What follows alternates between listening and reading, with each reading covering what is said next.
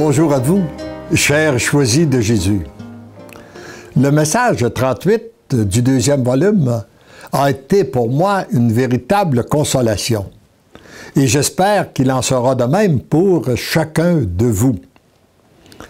Lorsque nous prions, lorsque nous avons pris du temps pour l'adoration, la contemplation, nous vivons et que nous entrons de plus en plus en intimité avec notre Dieu, nous ressentons une grande paix, une grande joie, un grand bonheur, et nous avons l'impression de le perdre lorsque nous sommes obligés d'aller travailler ou de vaguer à différentes autres occupations. Et ce message-là nous vient nous rassurer en nous disant que notre Dieu est toujours avec nous. Et pour qu'il y soit, et pour pas qu'on le perde, il est important de s'arrêter à différents moments pour le prier. Alors, débutons avec cette prière à l'Esprit Saint. Ô Esprit Saint, âme de mon âme, je vous adore. Éclairez-moi, guidez-moi, fortifiez-moi, consolez-moi. Dites-moi ce que je dois faire, donnez-moi vos ordres, je vous promets de me soumettre à tout ce que vous désirez de moi et d'accepter tout ce que vous permettez qu'il m'arrive. Faites-moi seulement connaître votre volonté. Amen. Alors, mon tout petit, souviens-toi que peu importe où tu es, quoi que tu fasses, je suis avec toi. C'est là la grande consolation qu'on peut savoir que notre Dieu est toujours avec nous, peu importe ce qu'on fait, peu importe où nous sommes. C'est ensemble que nous entrons dans cette Église nouvelle, ce monde nouveau. La porte d'entrée, c'est ton cœur. Peut-être que vous la cherchez. Quelle est la porte d'entrée pour entrer dans ce monde nouveau-là?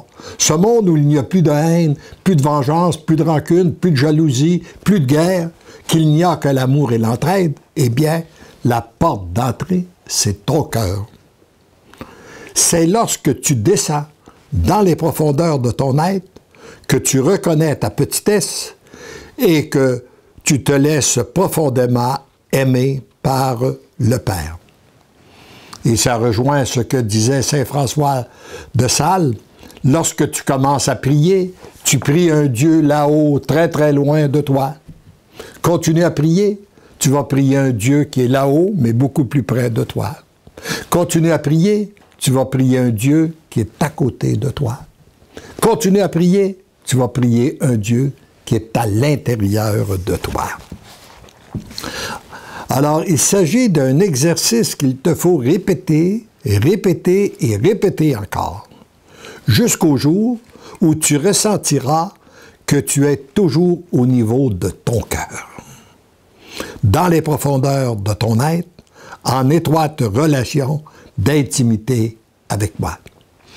Et plus on prend du temps pour être en louange, en action de grâce, eh bien, on peut être en prière continuellement, en regardant la beauté de sa création, que ce soit au niveau des personnes, au niveau des plantes, des astres, en fait, tout a été créé, tout nous invite à être en louange, en action de grâce.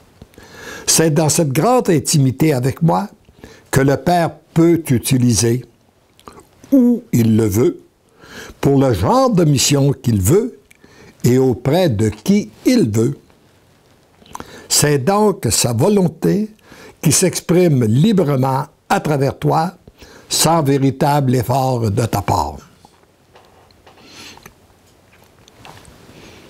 Et ça me rappelle, moi qui ai dirigé des vendeurs pendant nombre d'années, qui les avaient enseigné les chemins de succès, ce que je croyais qu'ils devaient faire pour avoir un succès dans leur carrière.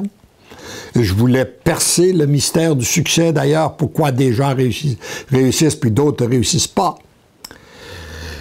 Et dans mon cheminement de foi, je me suis demandé, est-ce que le succès est important pour notre Dieu? Et j'avais pas de réponse. Et un jour, j'ai compris que le Seigneur ne nous appelle pas au succès, mais il nous appelle à la fécondité. Et là, je vais vous donner une définition des deux mots que vous ne trouverez dans aucun dictionnaire, qui est simplement ma propre expérience de vie. Pour avoir du succès, il faut faire des efforts comme ça, pour arriver avec un succès, à peu près ça de succès. Et lorsque nous faisons, mais par contre, la fécondité, c'est l'agir de Dieu. C'est de permettre à notre Dieu d'agir en nous. Et là, on fait des efforts comme ça produit ça de résultats. C'est donc son agir et non pas le nôtre. Et nous sommes à son service pour favoriser son agir.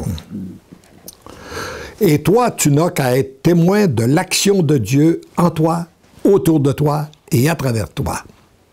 C'est tout ton être qui demeure continuellement branché sur l'amour, sachant qu'il est aimé et qu'il devient l'amour. Voilà ce que je veux te dire ce matin, en le disant aux lecteurs et lectrices, et à vous tous qui m'écoutez en ce moment. Tu deviens l'amour, tendrement et follement, je t'aime. Je le répète pour chacun de vous. Toi qui m'écoutes là, en ce moment, tu deviens l'amour. Tendrement et follement, Jésus t'aime.